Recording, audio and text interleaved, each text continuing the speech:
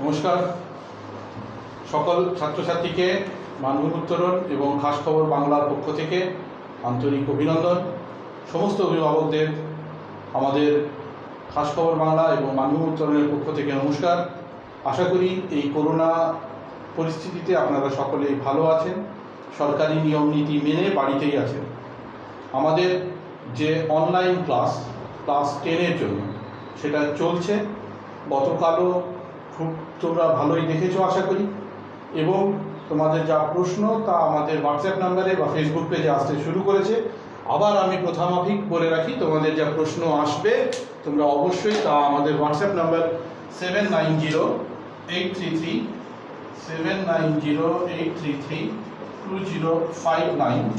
এই নাম্বারে হোয়াটসঅ্যাপ করে দেবে, বা আমাদের মানবিক উত্তরণের ফেসবুক পেজে গিয়ে ফেসবুক পেজটা লাইক করে এখানেও তোমাদের প্রশ্নগুলো পাঠাতে পারো। আজকে তোমাদের বায়োলজি ক্লাস নেবেন মাননীয় কার্তিক মণ্ডল মহাশয়। উনি বাবুগ্রাম সম্মিলনী উচ্চ বিদ্যালয়ের বায়োলজির শিক্ষক। এর আগেও তোমরা ওনার ক্লাস করেছো, খুব ভালো করেছো এবং খুব ভালো রেসপন্স পাওয়া গেছে ওনার ক্লাসে। আজকে উনি তোমাদের বায়োলজি ক্লাসটা নেবেন। কার্তিকবাবুকে আমি আসতে অনুরোধ করছি। নমস্কার, আমি কার্তিক চন্দ্র মণ্ডল, বাবুগ্রাম সম্মিলনী উচ্চতর বিদ্যালয়ের জীববিদ্যা শিক্ষক। সকল ছাত্রছাত্রীকে আমার প্রীতি, শুভেচ্ছা, ভালোবাসা এবং অভিভাবকদের আমার শ্রদ্ধা রইল। সাথে সাথে এই করোনা পরিস্থিতির মোকাবিলায় সকলকে আমি ঘরে থাকার অনুরোধ করছি এবং সুস্থ থাকার জন্য অনুরোধ করছি। নমস্কার। ঠিক আছে, আমি 10ম শ্রেণীর জীবনবিজ্ঞানের যে পাঠ আগে নিয়েছিলাম তা ছিল জনন সম্পর্কিত, সেটা ছিল যৌন জনন সম্পর্কিত। এখন যেটা আমি পড়াচ্ছি সেটা হচ্ছে অযৌন জনন। তার আগে তোমাদের যে সমস্ত প্রশ্নগুলো দিয়েছিলাম সেগুলো নিশ্চয়ই ঘরে করেছো। আমি প্রশ্ন দিয়েছিলাম তোমাদেরকে, সেই প্রশ্নগুলো যৌন জনন সম্পর্কিত। সেই প্রশ্নগুলো ঘরে লিখে প্র্যাকটিস করবে। আর আজকে যতটুকু পড়াবো সেই পড়ানোর উপর নির্ভর করে তোমাদের প্রশ্ন দেব। সেই প্রশ্নগুলো তোমরা ঘরে যথারীতি প্র্যাকটিস করবে। এই প্র্যাকটিস করলে পরে তোমাদের কোনো অসুবিধা হবে না আশা করছি।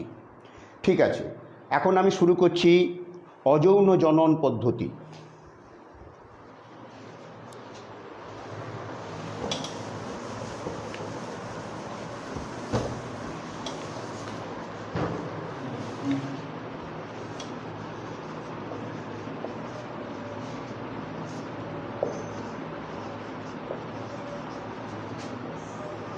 অ্যাসেক্সুয়াল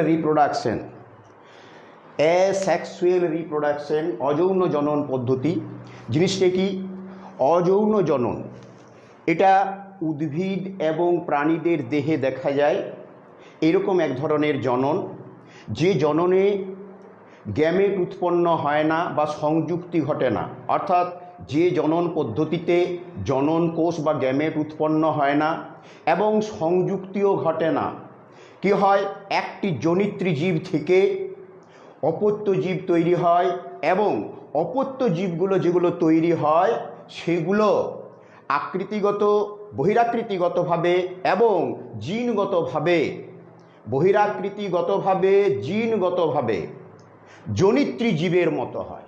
অর্থাৎ যে জনন পদ্ধতিতে জনন কোষ ও সংযুক্তি ব্যতি রেখে একটি মাত্র জনিত্রী জীব থেকে যে অপত্যগুলো উৎপন্ন হয় বহিরাকৃতিগত দিক থেকে এবং জিনগত দিক থেকে জনিত্রীর সদৃশ হয়, সেই জননকে অযৌন জনন বলে। অযৌন জনন কোথায় দেখা যায়? অযৌন জনন উদ্ভিদ এবং প্রাণী, নিম্ন শ্রেণীর উদ্ভিদ বা উন্নত উদ্ভিদ দেহে এবং প্রাণীদের দেহে এই অযৌন জনন দেখা যায়। তাহলে অযৌন জননের সংজ্ঞা বললাম। অযৌন জনন কোথায় দেখা যায়? উদ্ভিদ এবং প্রাণীদের দেহে, নিম্ন এবং কিছু উচ্চতর উদ্ভিদ এবং নিম্নতর প্রাণী এবং কিছু উচ্চতর প্রাণীর ক্ষেত্রে অযৌন জনন দেখা যায়। এখন অযৌন জননের বৈশিষ্ট্য কি?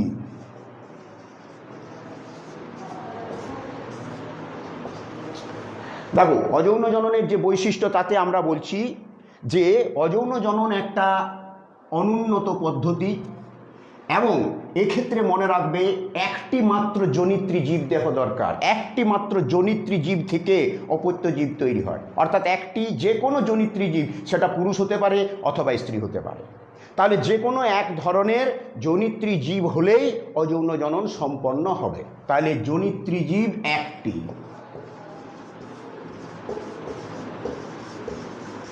একটি জনিত্রী জীব হলেই হবে। দুই, এক্ষেত্রে যে জনিত্রী জীব, সেই জনিত্রী জীব থেকে যে অপত্য জীব তৈরি হবে সেটা কিন্তু মনে রাখতে হবে অ্যামাইটোসিস কোষ বিভাজন বা মাইটোসিস কোষ বিভাজন থেকে, মাইটোসিস কোষ বিভাজনের মাধ্যমে জনিত্রী জীব দেহের যে অংশ, সেই অংশটা মাইটোসিস পদ্ধতিতে বিভাজিত হয়ে বা অ্যামাইটোসিস পদ্ধতিতে বিভাজিত হয়ে অপত্য জীবের সৃষ্টি করবে। অর্থাৎ এক্ষেত্রে মাইটোসিস এবং অ্যামাইটোসিস কোষ বিভাজন দেখা যায়। 2 নম্বর, মাইটোসিস ও মিওসিস, এই ভুল বলছি, মিওসিসও দেখা যায়, অ্যামাইটোসিস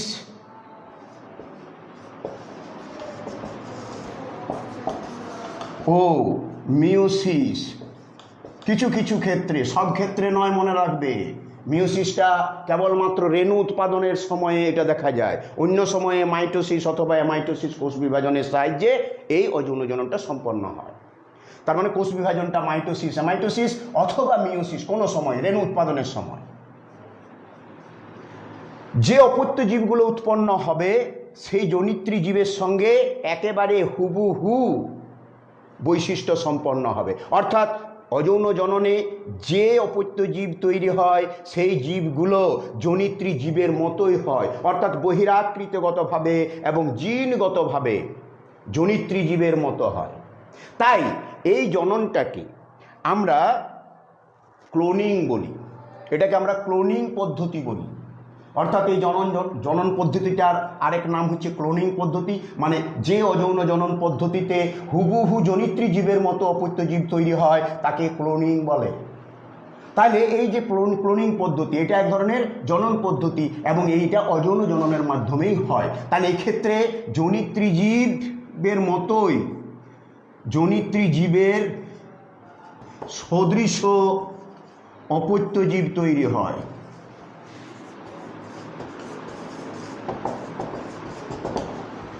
জনিত্রী জীবের সদৃশ অপত্য জীব তৈরি হয়। 4, এক্ষেত্রে সময় কম লাগে। এই যে অযৌন জনন পদ্ধতি, এক্ষেত্রে সময়ের অপচয় অনেক কম এবং যে সময় অপচয় হওয়ার জন্যে শক্তির অপচয়টাও কম হয়। অর্থাৎ শক্তি এবং সময় দুয়েরই অপচয় হয় না বললেই চলে। অর্থাৎ কম সময়ে হয় এবং শক্তির অপচয় কম হয়। তাহলে শক্তি ও সময় কম অপচয় হয়, শক্তি ও সময় কম অপচয় হয়, বা লাগিয়ে লিখলেও হবে, শক্তিও কম লাগে সময়ও কম লাগে। 5 নম্বর যেটা বৈশিষ্ট্য বলছি সেটা হচ্ছে এখানে যে শক্তি সময় অপচয় কম হয়, আরেকটা জিনিস হচ্ছে এখানে যে জীবগুলো উৎপন্ন হয় সেগুলো হুবহু বললাম জনিত্রী জীবের মতো হয়, যার ফলে কি হয় না জীবের মধ্যে কোনো নতুন বৈশিষ্ট্যের বা প্রকরণের সৃষ্টি হয় না। প্রকরণের, জীবের মধ্যে কোনো প্রকরণ সৃষ্টি হয় না, জীবের মধ্যে কোনো প্রকরণ সৃষ্টি হয় না। এক্ষেত্রে কোনো গ্যামেট উৎপন্ন হয় না, গ্যামেট উৎপন্ন হয় না ও নিষেক ঘটে না। 7, এক্ষেত্রে যেহেতু প্রকরণ ঘটে না তাই জীবগুলোর মধ্যে কোনো অভিব্যক্তি বা অভিযোজন ঘটার সম্ভাবনা থাকে না। অভিব্যক্তি এবং অভিযোজন, অভিব্যক্তি ও অভিযোজন ঘটে না, জীবের মধ্যে অভিব্যক্তি এবং অভিযোজন ঘটে না। এই হচ্ছে অযৌন জননের। আর এটা এর একক হচ্ছে গ্যামেট নয়, এখানে গ্যামেটের পরিবর্তে এক্ষেত্রে একক হচ্ছে রেণু। অযৌন জননের একক হলো রেণু। এর একক হচ্ছে, তাহলে অযৌন জননের একককে কি বলে? রেণু বলে। এখন অযৌন জননের যে বৈশিষ্ট্য তোমরা তাহলে বুঝতে পারলে, নিশ্চয়ই বুঝতে পেরেছো অযৌন জননের একক এবং অযৌন জননের যে বৈশিষ্ট্য সেগুলো বললাম। জনিত্রীজীব একটি দরকার হয়, মাইটোসিস, অ্যামাইটোসিস অথবা মিওসিস পদ্ধতিতে জননটা হয়ে থাকে, অর্থাৎ কোষ বিভাজন হয়। জনিত্রীজীবের সদৃশ্য অপত্য জীব তৈরি হয় না, হয়, যার জন্য এটাকে আমরা ক্লোনিং বলি। শক্তি ও সময় অপচয় কম হয়, আর প্রকরণের সৃষ্টি হয় না, গ্যামেট উৎপন্ন হয় না ও নিষেক ঘটে না, অভিব্যক্তি এবং অভিযোজন ঘটে না। এর একক হলো রেণু, অর্থাৎ অযৌন জননের একক হচ্ছে রেণু। বুঝতে পারা গেছে? ক্লিয়ার? মুছে ফেললাম। এরপর বইয়ে একটু পড়বে, তাহলেই হয়ে যাবে।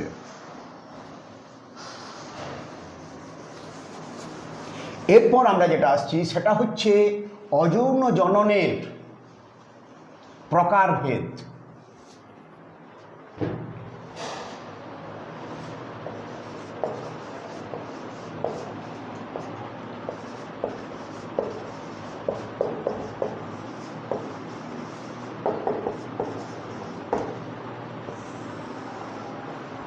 অযৌন জননের প্রকারভেদ আমরা দেখো।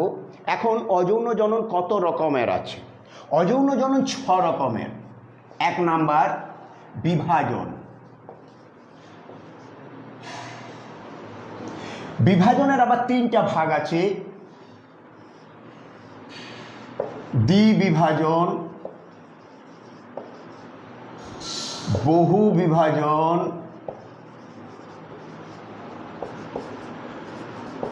প্লাজমোটমি। তাহলে বিভাজনের 3টা ভাগ, দ্বিবিভাজন, বহু বিভাজন, প্লাজমোটমি। দ্বিবিভাজনের আবার অনেক ভাগ আছে, কেবলমাত্র উল্লেখ, তোমাদের কিচ্ছু দরকার নাই ওটা, কেবলমাত্র দ্বিবিভাজনটা কাকে বলে, কোথায় হয় শুধুমাত্র জেনে রাখবে, উদাহরণগুলো জানলেই হবে। আর বহু বিভাজন কাকে বলে, কোথায় হয়, উদাহরণ জানলেই হবে। প্লাজমোটমি তোমাদের নাই, তবুও বলে দিচ্ছি। তাহলে বিভাজন এটা গেল। 2 নম্বরে যেটা বলছি কোরকোদ্গম। কোরকোদ্গম এটা আর একটা। 3 নাম্বার খণ্ডীভবন, ফ্র্যাগমেন্টেশন, এটা বাড়ি, এটা ফিসেন। এরপর হচ্ছে পুনরুৎপাদন।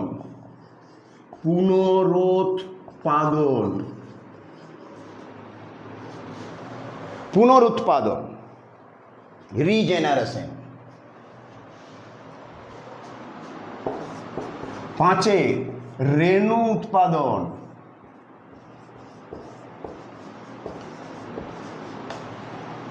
6 গেমিউল গঠন। নিশ্চয়ই বুঝতে পারছো অযৌন জনন 6 রকমের। 1 বিভাজন, বিভাজনের ভাগ আছে, পরে আসছি। 2 নাম্বার হচ্ছে কোরকোদ্গম। 3 নাম্বার খণ্ডীভবন। 4 নাম্বার পুনরুৎপাদন। 5 নাম্বার রেণু উৎপাদন। 6 নাম্বার গেমিউল গঠন। নিশ্চয়ই বুঝতে পারছো, লেখাগুলো পড়তে কোনো অসুবিধা নাই। বিভাজন, বয়সী ভয়াকার বর্গার্য দন্ত্র বিভাজন, দ্বিবিভাজন, বহু বিভাজন, প্লাজমোটমি। কোরকোদ্গম, দয়েগম, খণ্ডীভবন, পুনরুৎপাদন, রেণু উৎপাদন আর গেমিউল গঠন। এরপর প্রথমটা আসছি, বুঝতে পারলে? তাহলে কত রকমের? 6 রকমের। 6 রকমের মধ্যে প্রথম ভাগ দ্বিবিভাজন। বিভাজন কাকে বলে? দেখো, বিভাজন হচ্ছে যখন কোনো জীবদেহ দুভাগে ভাগ হয়ে বা একাধিক ভাগে ভাগ হয়ে সেই ভাগগুলো থেকে মানে কোনো জীব দেহের কোনো খণ্ডাংশ থেকে যদি অপত্য জীব উৎপন্ন হয়, সেটা দুটো ভাগে ভাগ হয়ে হতে পারে, অনেকগুলো ভাগে ভাগ হয়ে পড়ে, সেই খণ্ডাংশগুলো থেকে যদি অপত্য জীব সৃষ্টি হয় তবে তাকে আমরা বিভাজন বলি। অর্থাৎ কোনো একটা জীব দেহ একটি অথবা এক বা একাধিক খণ্ডে ভাগ হয়ে পড়ে, সেই খণ্ডগুলো থেকে যদি অপত্য জীব তৈরি হয় তখন তাকে দ্বিবিভাজন বলে। এখন এই বিভাজন বলে, বিভাজনের ক্ষেত্রে যেটা ভাগ বলছি সেটা এক নাম্বার হচ্ছে দ্বিবিভাজন।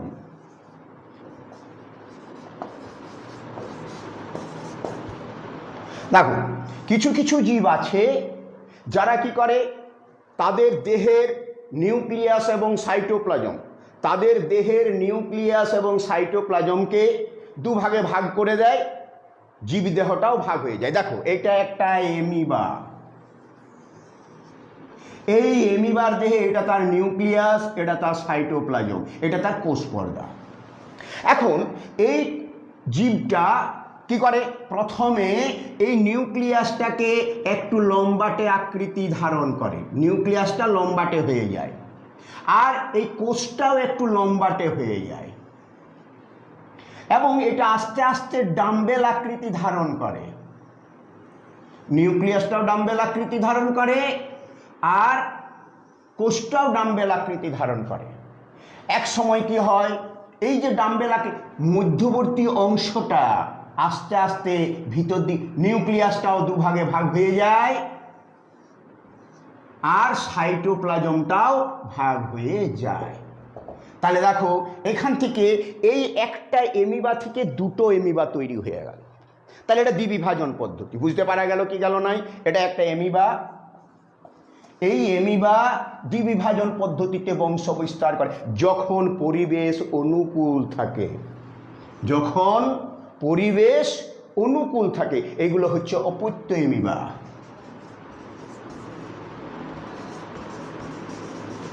এটা হচ্ছে নিউক্লিয়াসটা, এটা নিউক্লিয়াস। বুঝতে পারা গেল কি কেন? তার মানে প্রথমে নিউক্লিয়াসটা লম্বাটে ধরনের হয়, লম্বাটে হতে হতে ডাম্বেল আকৃতি ধারণ করে, মাঝখানটা সংকুচিত হয়ে যায়, তখন কোষটাও মাঝখানটায় সংকুচিত হতে থাকে।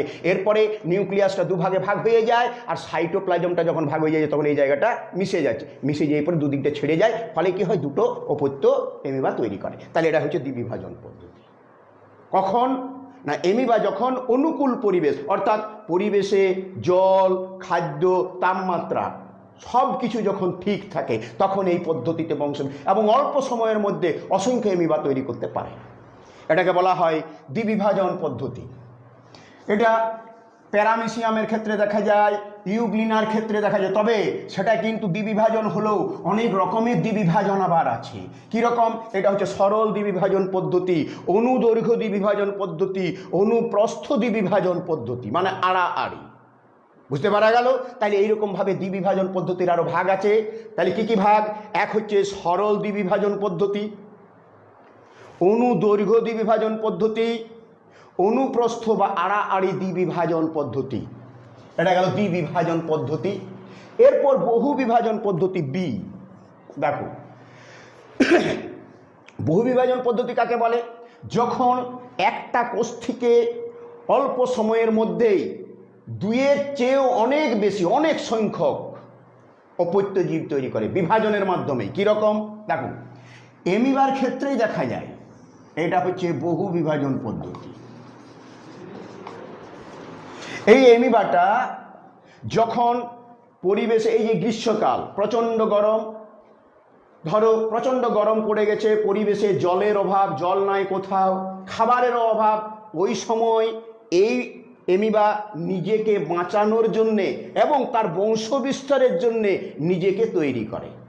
কিভাবে না, এই পরিবেশে যখন প্রতিকূল পরিবেশ তখন কি করে, তখন সে কিন্তু তার চারদিকে প্রথমে গোলাকার আকার, নিজের আকারটা গোলাকার করে নেয়, এরপর প্রোটোপ্লাজমটা অর্থাৎ নিউক্লিয়াস আর সাইটোপ্লাজমটাকে একটু সংকুচিত করে নেয়, তারপর তার বাইরের দিকে তিনটা আবরণ তৈরি করে। দেখতে পাচ্ছ নিশ্চয়ই, তিনটা আবরণ তৈরি করেছে। এই যে তিনটা আবরণ, এই তিনটা আবরণকে কি বলে? একসাথে বলা হয় সিস্ট। দেখতে পাচ্ছ? তাইলে এই যে তিনটা আবরণ তৈরি করলো, একটা দুটা তিনটা, এই তিনটা আবরণ এইটা কি করে? এটা খুবই শক্ত হয়ে যায়। তিনটা আবরণ যে তৈরি করলো এর কোষটাকে পুরোপুরি আবৃত করে দিল এবং এটা পরবর্তীকালে খুবই শক্ত হয়ে যায়, যার ফলে কি হয়? পরিবেশের তাপ কোষের ভিতরে ঢুকতে পারে না, একদম চুপচাপ এই অবস্থায় থাকে। এবং এই সময়ের মধ্যে কিন্তু সে কি করে? এই নিউক্লিয়াসটাকে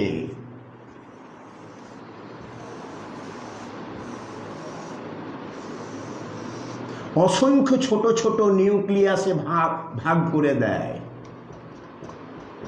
এবং ওই সময়েই সাইটোপ্লাজম নিয়ে একটু নিউক্লিয়াস একটু সাইটোপ্লাজম, একটু নিউক্লিয়াস একটু সাইটোপ্লাজম, এইরকম নিয়ে পরে অসংখ্য এমিবা, ছোট ছোট এমিবা তৈরি করে নেয় দেহের মধ্যে।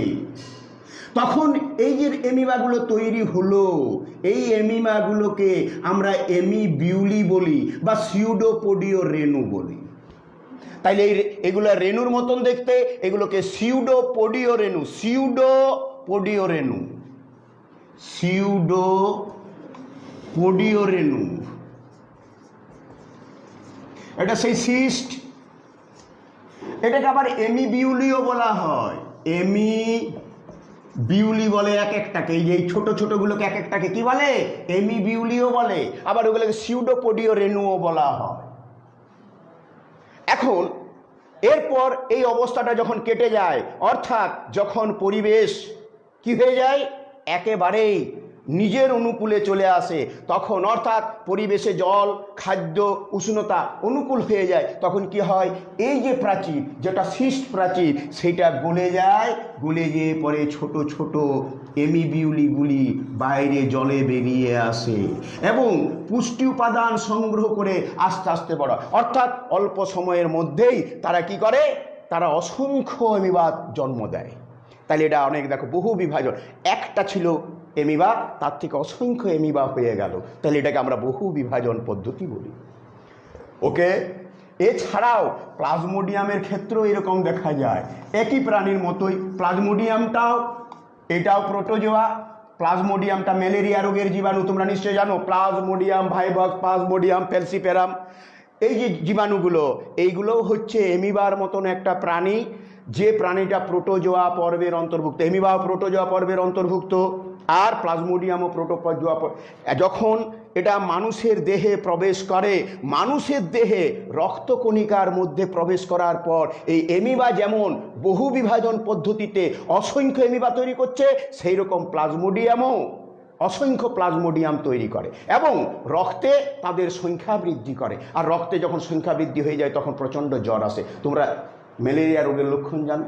তাহলে সেই ম্যালেরিয়া রোগ যেটা ঘটায়, যে জীবাণুটা, সেই জীবাণুটার দ্বারাতে যখন আমাদের ম্যালেরিয়া রোগ হয়, তখন কিন্তু এরা বংশ বিস্তার করে এই বহু বিভাজন পদ্ধতিতে। তাইলে বহু বিভাজন পদ্ধতি কার ক্ষেত্রে দেখা যায়? এমিবার ক্ষেত্রে দেখতে পাওয়া যায়, আর প্লাজমোডিয়ামের ক্ষেত্রে যখন পরিবেশ অনুকূল থাকে না। কার ক্ষেত্রে? এমিবার ক্ষেত্রে। আর প্লাজমোডিয়াম তো একটা জীবাণু, এটা যখন আমাদের দেহকে আক্রমণ করে তখন সে কিন্তু নিজের বংশ বিস্তারের জন্য বহু বিভাজন ঘটায়। এই হচ্ছে বহু বিভাজন পদ্ধতি। প্লাজমোটমি এটা তোমাদের নাই, তো একটু শুনিয়ে দিতাও। প্লাজমোটমি যেটা বিভাজনের একটা ভাগ, এটা তোমাদের সিলেবাসে নাই, তবু একটু শুনে নাও। ওপালিনা বলে একটা প্রাণী আছে, ওপালিনা, এবং পেলোমিক্সা, পেলোমিক্সা বলে একটি প্রাণী আছে। তাইলে ওপালিনা আর পেলোমিক্সা, এদের দেহে, এটা ধরো এটা, তার মধ্যে অনেক নিউক্লিয়াস আছে, মানে এটা হচ্ছে বহু নিউক্লিয়াস যুক্ত এককোষী প্রাণী। এটা বহু নিউক্লিয়াস যুক্ত এককোষী প্রাণী ধরে নাও। এই প্রাণীটা যখন বংশ বিস্তার করে, এদের কিন্তু নিউক্লিয়াসের বিভাজন হয় না। তার মানে নিউক্লিয়াসগুলো যতগুলো থাকে সেই ততগুলো, কেবলমাত্র সাইটোপ্লাজমের বিভাজন হয়। তাহলে এইটার থেকে তখন কি হয়? এই 2, 3, 4টা করে নিউক্লিয়াস নিয়ে সাইটোপ্লাজম, নিয়ে পরে একটা কোষ, তার মানে এখানে প্রথমে এইরকম নিউক্লিয়াস আর সাইটোপ্লাজম ভাগ হয়ে যায়, আবার এই একটা নিউক্লিয়াস সাইটোপ্লাজম নিয়ে ভাগ হয়ে গেল, আবার মনে করো এরকম কয়েকটা করে নিউক্লিয়াস নিয়ে পরে আর সাইটোপ্লাজম নিয়ে এক একটা কোষ তৈরি করলো। তাহলে দেখো এরপর এই পর্দাটা ফেটে যায়, পর্দা ফেটে গেলে এক একটা বহু নিউক্লিয়াস যুক্ত অপত্য জীব তৈরি হয়ে যায়।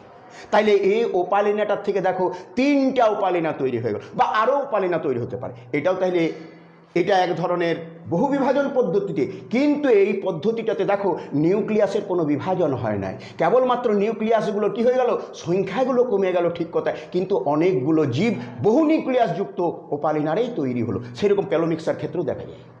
এগুলো হচ্ছে জলজ প্রাণী, এবং এই জলজ প্রাণীগুলো এইরকম পদ্ধতিতে বংশবিস্তার করে, যার নাম হচ্ছে প্লাজমোটমি। বুঝতে পারা গেছে কি না? ক্লিয়ার? ঠিক আছে। এই যে প্রশ্নগুলো আস্তে আস্তে এরপর অ্যারাইজ করবে তোমাদের।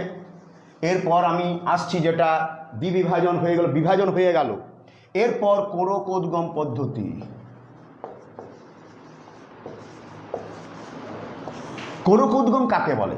প্রথমে আমরা জানবো কোরকোদ্গম কাকে বলে, কোরকোদ্গম কেমনভাবে হয়, কাদের দেহ হয়। তাইলে প্রথমে বলি কোরকোদ্গম কাকে বলে। কোনো জীব দেহের বাইরের দিকে, অর্থাৎ তার দেহের প্রাচীরের থেকে যদি কোনো উদ্গত অংশ তৈরি হয়, ধরো এইটি একটি হাইড্রা, এইটি একটি হাইড্রা প্রাণী,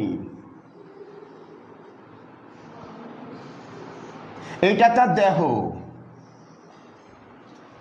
এই হাইড্রা প্রাণীটা তার দেহের প্রাচীর থেকে, এখানে অনেক কোষ আছে, এটা বহুকোষী প্রাণী, এর প্রাচীর থেকে, যেমন ধরো আমাদের দেহে কোনো যদি টিউমার তৈরি হয়, তাহলে আমাদের দেহের ওই জায়গাটা উঁচু হয়ে যাবে, তার মানে ওটা উদ্গত অংশ।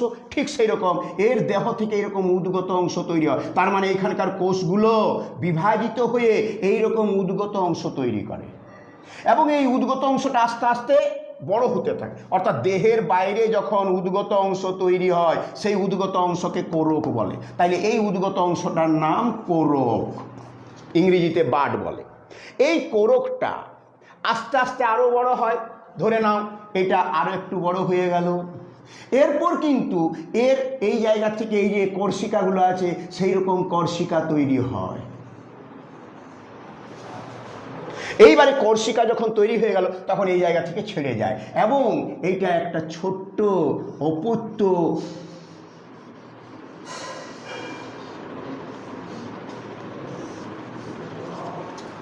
এটা হাইড্রার জন্ম দেয়। এটা জনিত্রী হাইড্রা, এটা হচ্ছে অপত্য হাইড্রা। যখন এই জায়গাটা থেকে ছেড়ে যায়, এই জায়গাটাতে একটা ক্ষত চিহ্ন থেকে যায়, একে আমরা কোরক ক্ষত বলি। এই জায়গাটাতে কোরকটা, এটা ছেড়ে এখানে পড়ে গেছে, এটা ছেড়ে এখানে পড়েছে জলে, এই একটা অপত্য হাইড্রার জন্ম দিল। এই হাইড্রাটা যেখানে জন্মগ্রহণ করেছিল, যে জায়গাটাতে লেগেছিল, সেই জায়গাটাতে একটা ক্ষত স্থান তৈরি হয়, সেই ক্ষত স্থানটাকে বলা হয় কোরক ক্ষত। যেমন তোমরা জানো, আমরা যখন মাতৃদেহের সঙ্গে যুক্ত থাকি, অর্থাৎ ভ্রূণ অবস্থায় আমাদের সঙ্গে নাড়ি দিয়ে যোগ থাকে, সেই নাড়িটা যখন কেটে দেয়, নাড়িটা কেটে দেওয়ার পর আমাদের দেখবে নাভিতে একটা ক্ষত স্থান থেকেই যায়, যেটা কিন্তু চিরদিন মৃত্যু পর্যন্ত থাকে, তাইলে ওটা হচ্ছে নাভি ক্ষত। সেই রকম এদের যে ক্ষত স্থান, সেই ক্ষত স্থানটার নাম হচ্ছে কোরক ক্ষত, যেহেতু কোরক উৎপাদনের সময়ে হয়েছে। বুঝতে পারা গেল? তাহলে এই হচ্ছে কোরকোদ্গম পদ্ধতি। কার ক্ষেত্রে দেখতে পাওয়া যায়? হাইড্রার ক্ষেত্রে। আরেকটা প্রাণীর কথা বলছি, আরেকটা উদ্ভিদ, এটা হচ্ছে প্রাণীর ক্ষেত্রে। তাহলে কোন প্রাণীর ক্ষেত্রে কোরকোদ্গম দেখা যায়? হাইড্রা, এটা বহুকোষী প্রাণী। যদি বলে কোন বহুকোষী প্রাণীর দেহে কোরক দেখা যায়, তাহলে তখন বলা যাবে যে হাইড্রা নামক প্রাণীর দেহে, বহুকোষী প্রাণীর দেহে কোরকোদ্গম পদ্ধতি দেখতে পাওয়া যায়। বা কোন প্রাণীর দেহে যদি বলে, তাহলেও তুমি হাইড্রার উত্তর দেবে। আর যদি কোন এককোষী জীবের ক্ষেত্রে, তখন তুমি বলবে ইস্ট।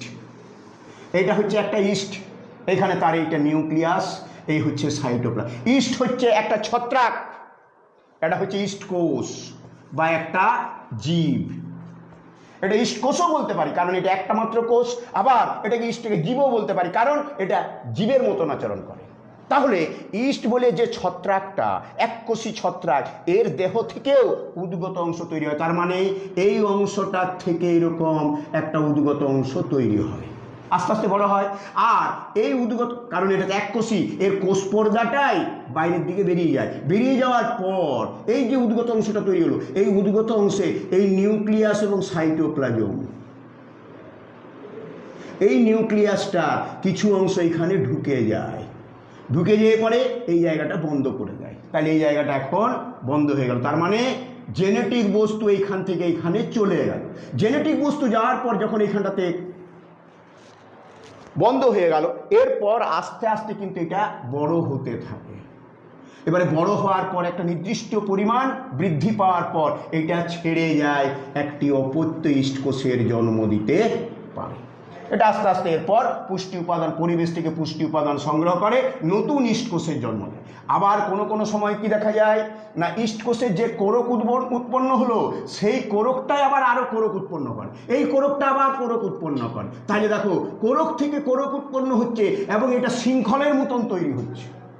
দেখে দাও, এটা একটা ইষ্টকোষ বা ইস্ট বলে একটা এককোষী ছত্রাক। এটা থেকে প্রথমে একটা কোরক তৈরি হলো, সেই কোরকটা ছেড়ে পড়ে যেতে পারে, সেইটা ছেড়ে পড়ে যাওয়ার পর নতুনভাবে একটা ইষ্টকোষের জন্ম দিতে পারে। আবার কখনো কখনো দেখা যায় কি ছেড়ে পড়ে না, বারবার ওই ইস্টের যে কোরকটা সেটাও কিন্তু আবার ওই রকম উদ্গত অংশ তৈরি করে। দেখো এটার থেকে আরেকটা উদ্গত অংশ তৈরি হলো, তখন জেনেটিক বস্তুটা এখান থেকে এলো, আবার এর জেনেটিক বস্তু এখানে, এটা আবার একটা উদ্গত অংশ তৈরি করলো, সেই জেনেটিক বস্তু এখানে এলো, এরপরে এর জেনেটিক বস্তু এখানে যায়, উদ্গত অংশ তৈরি। তাই এইভাবে অসংখ্য ইস্ট কোষের একটা শৃঙ্খল তৈরি হয়।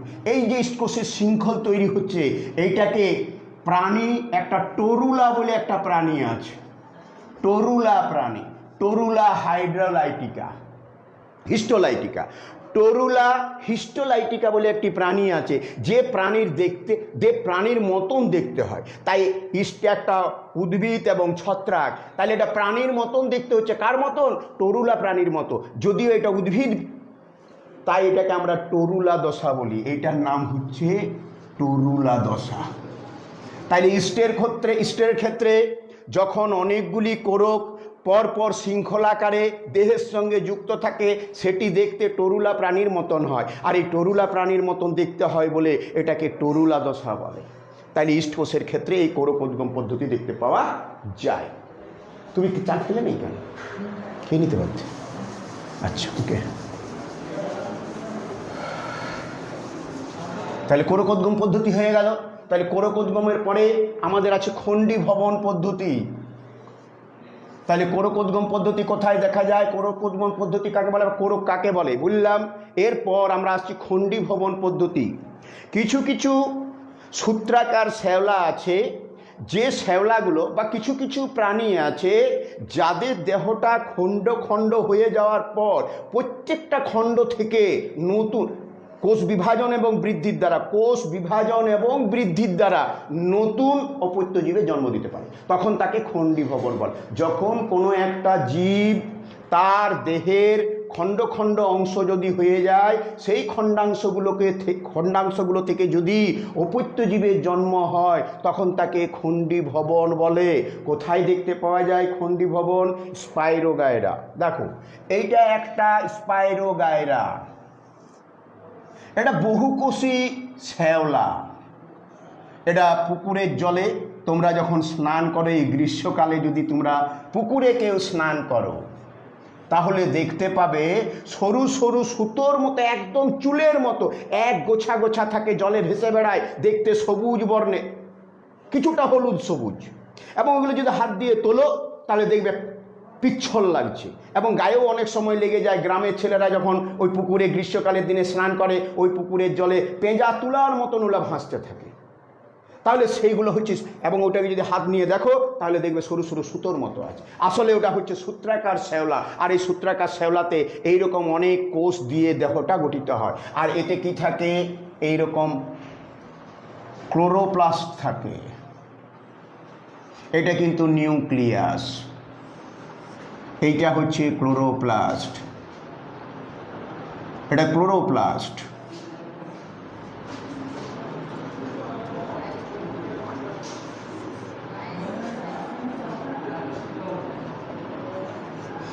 এখন এই উদ্ভিদ দেহটা এইরকম ছোট ছোট খণ্ডে যদি ভাগ হয়ে যায়, ধরে নাও এই দুটো কোষ মিলে একটা,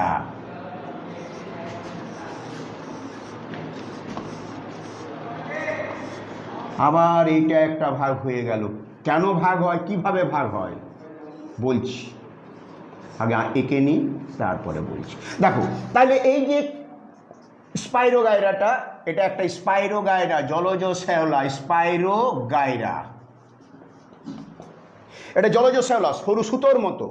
এটা কোনো প্রাণীর আক্রমণে অথবা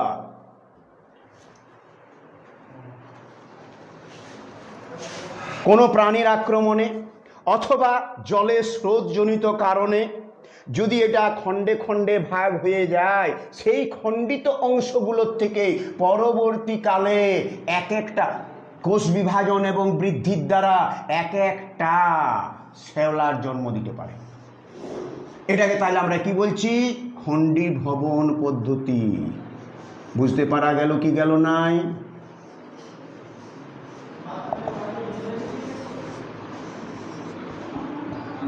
এই হচ্ছে একটা, দেখো এইটার থেকে এত বড় একটা শ্যাওলার জন্ম হয়ে গেল, কারণ এখানে কোষ বিভাজন হচ্ছে, কোষ বিভাজনের ফলে একটা অপত্য শ্যাওলার জন্ম। তাহলে এটাকে আমরা বলি খণ্ডীভবন পদ্ধতি।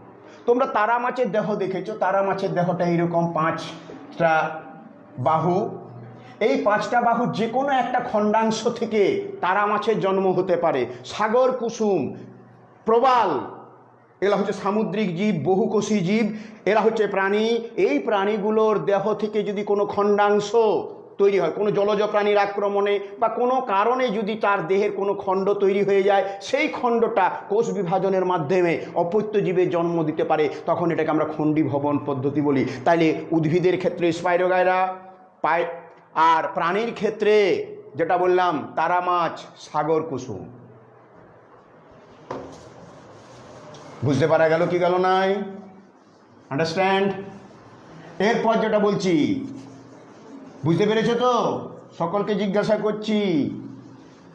এরপর যেটা বলছি সেটা হচ্ছে খণ্ডীভবনের করোদ্গম হলো, খণ্ডীভবন হলো।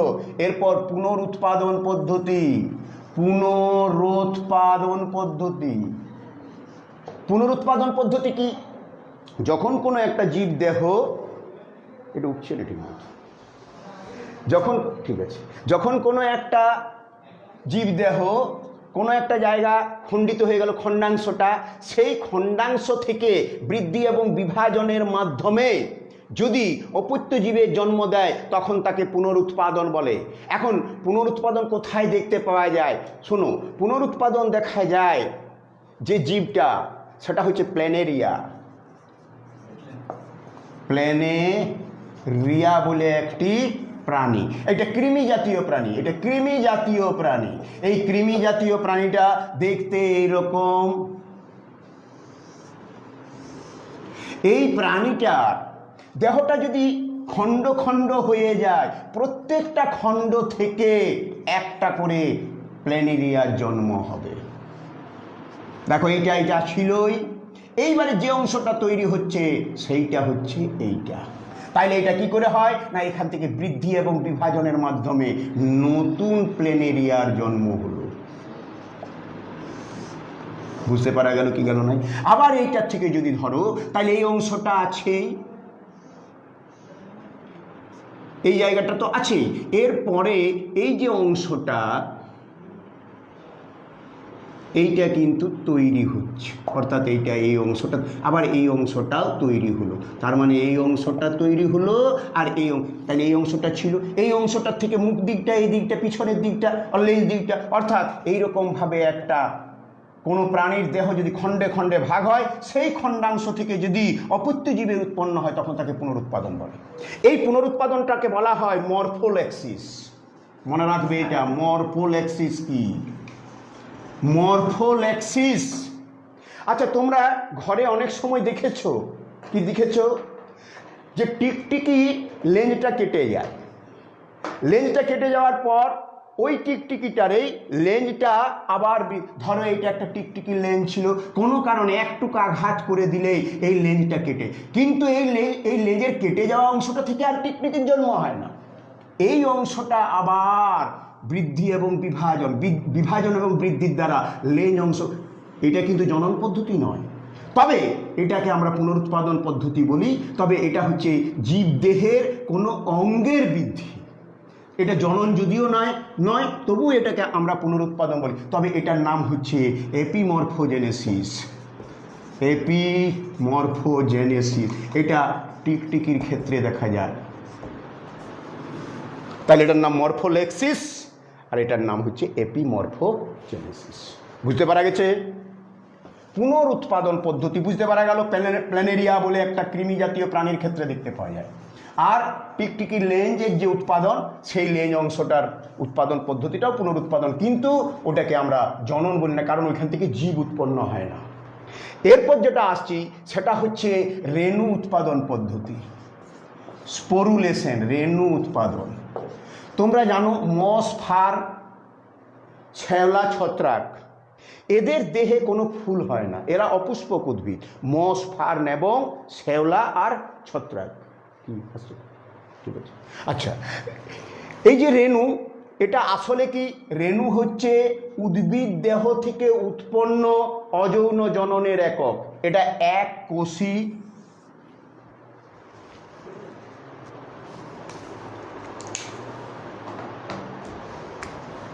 এটা এক কোষী এবং এর বাইরে কোষ প্রাচীর থাকতেও পারে, নাও পারে। যদি থাকে তাহলে পাতলা কোষ প্রাচীর যুক্ত, এবং এটা একটি মাত্র কোষ, এটা পাতলা কোষ প্রাচীর যুক্ত হতে পারে, এবং এটা অযৌন, এবং এটা হ্যাপ্লয়েড, অর্থাৎ এর নিউক্লিয়াসের মধ্যে ক্রোমোজোম সংখ্যা অর্ধেক, অর্থাৎ হ্যাপ্লয়েড নিউক্লিয়াস বিশিষ্ট, হ্যাপ্লয়েড ক্রোমোজোম বিশিষ্ট এক কোষী পাতলা প্রাচীরযুক্ত অযৌন জননের এককে রেণু বলে। এটা একটা অঙ্গের মধ্যে উৎপন্ন হয়। এইটি হচ্ছে সেই অঙ্গটা, ধরে নাও এই অঙ্গটার ভিতরে এই জিনিসটা উৎপন্ন হচ্ছে, এইগুলো, এই যে গোল গোল গোল গোল যে জিনিসগুলো, এটাকে আমরা রেণুস্থলী বলি। এই রেণুস্থলীর মধ্যে এইগুলো হচ্ছে রেণু। এখন যে রেণুস্থলীর থেকে রেণুটা উৎপন্ন হয়, সেই রেণুগুলো যদি একই রকমের দেখতে হয়, অর্থাৎ একই আকৃতি সম্পন্ন যদি হয়, তখন তাকে বলা হয় সমরেণু। কিন্তু যদি একটা ছোট একটা বড়, একটা ফ্লাজেলা যুক্ত একটা ফ্লাজেলাবিহীন, তাহলে দেখো একই আকৃতির বা একই গঠনের নয়, এটাকে বলা হয় অসমরেণু। এটা উদ্ভিদ দেহে কখনো কখনো একই রকমের রেণু উৎপন্ন হয়, কখনো ছোট বড় রেণু উৎপন্ন হতে পারে। এখন এই রেণুগুলো আবার কেউ চলৎশক্তিযুক্ত, কেউ চলৎশক্তিবিহীন, অর্থাৎ কেউ চলাফেরা করতে পারে, জলের মধ্যে চলাফেরা, অর্থাৎ যাদের চলন অঙ্গ আছে বা গমন অঙ্গ আছে, এগুলোকে ফ্লাজেলা বলে। নিশ্চয়ই জানো। এই ফ্লাজেলা যদি থাকে তাহলে সেটা কি করতে পারে? জলে সাঁতার কেটে এক জায়গা থেকে আরেক জায়গায় যেতে পারে। তাহলে এই যে চলন অঙ্গ বা গমন অঙ্গ যদি থাকে, তাহলে সেগুলো এক জায়গা থেকে আরেক জায়গায় যেতে পারে। তাহলে যে রেণু এক জায়গা থেকে আরেক জায়গায় ফ্লাজেলা সঞ্চালনের মধ্যে স্থানান্তরিত, তাকে আমরা চলরেণু বলি। এটা হচ্ছে একটা চলরেণু। কোথায় দেখতে পাওয়া যায়? ক্লামাইডোমোনাসের ক্ষেত্রে দেখতে পাওয়া যায়, ইউলোথ্রিক্সের ক্ষেত্রে দেখতে পাওয়া যায়, ইউডোগোনিয়ামের ক্ষেত্রে দেখতে পাওয়া যায়। তাইলে এগুলো হচ্ছে চলরেণু। আর অচলরেণু কাকে বলে? যারা স্থান পরিবর্তন করতে পারে না। তাড়াতাড়ি কি করে এক জায়গা থেকে আরেক জায়গায় ছড়িয়ে পড়ে? না, বাতাসের সাহায্যে। অর্থাৎ যখন রেণু পরিণত হয়ে যায়, সেই রেণুগুলো অতীব হালকা এবং অতীব ক্ষুদ্র, এরা বাতাসের সাহায্যে উড়ে এক জায়গা থেকে আরেক জায়গায় যায় এবং মাটিতে পড়ে অঙ্কুরিত হয়ে উদ্ভিদের জন্ম দেয়। তাহলে এগুলোকে আমরা অচল রেণু বলি। যেমন এইটা একটা অচল রেণু, কারণ এই চলশক্তি নাই, কারণ এর ফ্লাজেলা নাই। তাহলে এটা হচ্ছে অচল। এবং যদি একই রকমের আকৃতি হয় তখন তাকে সমরেণু, যদি ভিন্ন আকৃতির হয় তখন তাকে অসমরেণু। বুঝতে পারা গেছে? তাইলে এই হচ্ছে রেণু। রেণু উৎপাদনের পদ্ধতিকে বলা হয় স্পোরুলেশন। যে পদ্ধতিতে রেণু উৎপাদিত হয়, অর্থাৎ মিওসিস পদ্ধতিতে, আবার কোনো কোনো সময় মাইটোসিস পদ্ধতিতেও রেণু উৎপন্ন হয়, তখন তাকে মাইটোরেণু বলে। আর যদি মিওসিস পদ্ধতিতে রেণু উৎপন্ন হয়, তখন তাকে বলা হয় মিওস্পোর বা মিওসিস পদ্ধতিতে রেণু উৎপাদন। তাইলে মাইটোস্পোর আর মিওস্পোর। বুঝতে পারা গেল কি গেল নাই? এই হচ্ছে রেণু উৎপাদন পদ্ধতি। এখন রেণু অনেক রকমের আছে, তাহলে চলরেণু, অচলরেণু, সমরেণু, অসমরেণু, এগুলো তো আকৃতিগতভাবে এবং চলশক্তির উপরে। আবার কিছু কিছু রেণু আছে যারা বিভিন্ন জায়গা থেকে উৎপন্ন হয় সেই অনুসারে, যেমন কনিডীয় রেণু, কনিডীয় রেণু, ওইডীয় রেণু,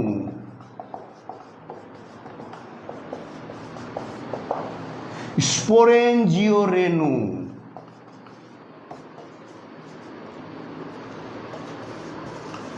এইগুলো হচ্ছে এক এক ধরনের রেণু।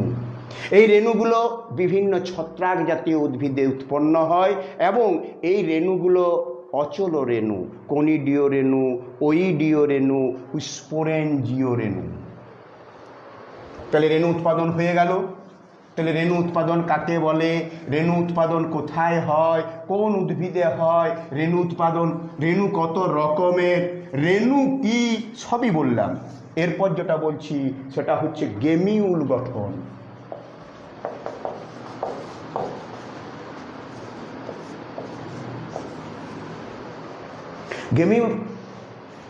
গেমিউল গঠন কি? দেখো, তোমরা আগে দেখলে যে একটা ইস্ট কোষের বাইরের থেকে যে উদ্গত অংশ তাকে আমরা কোরক বলেছিলাম, কিন্তু কোনো কোনো জীবের ক্ষেত্রে বাইরের থেকে নয়, ভিতরের তল থেকে, এটা বাইরের তল থেকে উৎপন্ন হচ্ছিল। কোনো কোনো জীবের ক্ষেত্রে যদি ভিতরের তল থেকে, অর্থাৎ দেহের ভিতরে, যেমন আমাদের দেহে বাইরে কোনো একটা জায়গায় টিউমার উৎপন্ন হলো, তাহলে এটা হচ্ছে বহিঃগত টিউমার। কিন্তু তোমার ভিতরে যদি ধরো কোনো একটা প্রাণীর দেহে ভিতরে একটা টিউমার তৈরি হয়, দেখতে পাওয়া যাবে? নিশ্চয়ই দেখতে পাওয়া যাবে না। তাহলে ওই যে ভিতরে যে টিউমারটা তৈরি হলো সেইটা, তখন আমরা ওটাকে গেমিউল বলতে পারি। তাহলে কোনো প্রাণীর দেহে যদি ওই রকম গেমিউল মানে উদ্গত অংশ ভিতরে তৈরি হয়, ধরো এইটি একটি প্রাণীর দেহে, কার দেহে? এটা হচ্ছে স্পঞ্জ। ধরো এটা হচ্ছে স্পঞ্জের দেহ,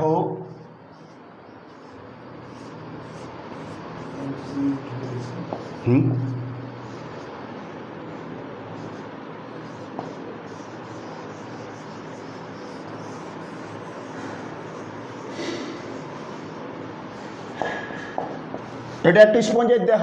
এই স্পঞ্জের দেহে এই ভিতরের দিকে এরকম আবরণ দ্বারা আবৃত একটা উদ্গত অংশ তৈরি হয়েছে, যে উদ্গত অংশটাকে বলা হয় অন্তস্থ কোরক বা গেমিউল। এই গেমিউলের মধ্যে একটা আবরণ থাকে, এই আবরণের মধ্যে অনেক অসংগঠিত কোষপুঞ্জ থাকে। এই কোষপুঞ্জকে বলা হয় মাইক্রোসাইট এবং আর্কিওসাইট। ভুল বলছিলাম, আর্কিওসাইট। এই কোষগুলোর নাম আর্কিওসাইট। এবং এর অগ্রভাগে একটি ছিদ্র থাকে, যে ছিদ্রটার নাম হচ্ছে মাইক্রোপাইল। মাইক্রোপাইল, এই মাইক্রোপাইল দিয়ে এই যে যখন পরিণত হয়ে যায় এই কোষগুলো, এইগুলো আস্তে আস্তে বাইরে বেরিয়ে আসে এবং এইগুলোর থেকে একটি প্রাণীর জন্ম হয়। এটা কার ক্ষেত্রে দেখতে পাওয়া যায়? স্পঞ্জিলা। স্পঞ্জিলা বলে একটি প্রাণী আছে যার ক্ষেত্রে এটা দেখতে পাওয়া যায়। সাইকন বলে একটি প্রাণী আছে যার ক্ষেত্রে এইরকম দেহের ভিতরে এইরকম কি হয়, কোরক উৎপন্ন হয়। যে কোরকের বাইরের দিকে আবরণ থাকে আর কোরকের ভিতরে কোষ থাকে, যে কোষগুলোকে বলা হয় আর্কিওসাইট কোষ। আর সেই কোষগুলো একটা ছিদ্র দিয়ে দেহের বাইরে বার হয়। এটা একটা জলজ প্রাণী, বহুকোষী প্রাণী। এবং এই প্রাণীটার থেকে যখন এই যে আর্কিওসাইট কোষগুলো দেহের বাইরে বেরিয়ে আসে, এই আর্কিওসাইট কোষ থেকেই পরবর্তীকালে অপত্য জীবের জন্ম হয়। তাহলে এটা, এই যে পদ্ধতিটা, এই পদ্ধতিটার নাম হচ্ছে গেমিউল গঠন, অর্থাৎ অন্তর কোরক। এটাকে আমরা বলি অন্তস্থ কোরক, আর অন্তস্থ কোরকের আরেক নাম হচ্ছে গেমিউল। তাহলে এই গেমিউল গঠনের মাধ্যমে স্পঞ্জিলা, সাইকন এই সমস্ত প্রাণীরা বংশ বিস্তার করে। এরপরে কয়েকটা প্রশ্ন দিয়ে দিই, তাহলেই তোমাদের হয়ে যাবে। আমাদের অযৌন জনন পদ্ধতি পড়ানো হয়ে গেল। এরপর যেটা বলছি সেটা হচ্ছে বিভিন্ন অযৌন জনন কাকে বলে। প্রশ্ন লেখো।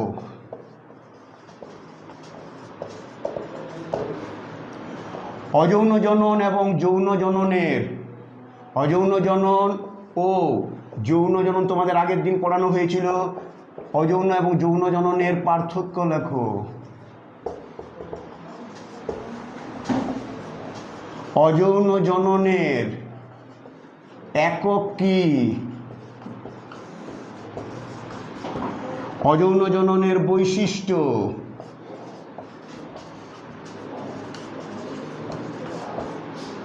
লেখো।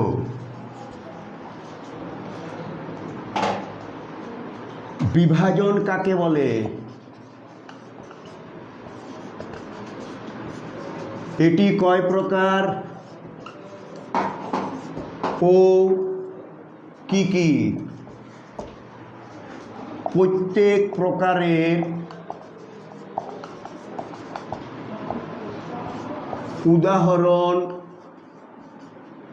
সহ সংজ্ঞা দাও। তাহলে বিভাজন কাকে বলে, এটি কয় প্রকার ও কি কি, প্রত্যেক প্রকারের উদাহরণ সহ সংজ্ঞা। এটা একটু বড় প্রশ্ন, কিন্তু এটা ছোট ছোট প্রশ্ন, এটার থেকে ছোট প্রশ্ন হয়ে যাবে। এরপর এটা লেখা হয়েছে। এরপর আসছি কয়েকটা প্রশ্ন আরো। কোরক কাকে বলে?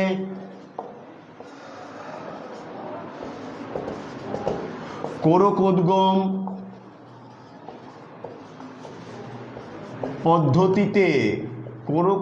পদ্ধতিতে জনন সম্পন্নকারী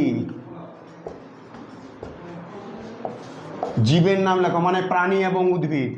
প্রাণীর নাম লেখো, বা জীবের নাম লেখো, মানে একটা প্রাণী একটা উদ্ভিদের নাম লিখবে, তাইলে তোমার দুটোই হয়ে থাকবে। যদি কোনো প্রাণীর প্রশ্ন পড়ে তখন প্রাণীর উত্তরটা লিখতে পারবে, যখন কোনো উদ্ভিদের প্রশ্ন পড়বে উদ্ভিদের প্রশ্নটা লিখতে পারবে।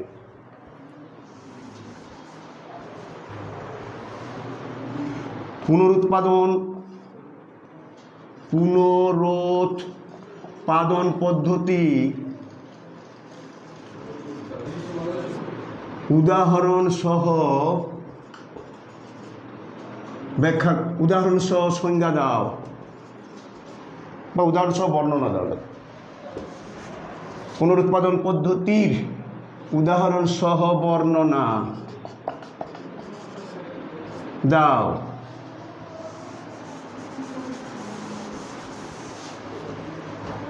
এরপর গেমিউল কাকে বলে?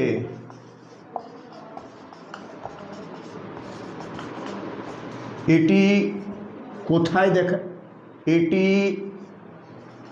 দেখা যায়? এই প্রশ্নগুলো ঘরে করবে, ঘরে উত্তর করার চেষ্টা করবে। যদি কোনো অসুবিধা হয় ফোনে বা হোয়াটসঅ্যাপে জানাবে, আমি চেষ্টা করব সেটা পাঠানোর। সকলকে অনেক অনেক ধন্যবাদ। ভালো থেকো, সকলের কাছে এটাই প্রার্থনা করছি।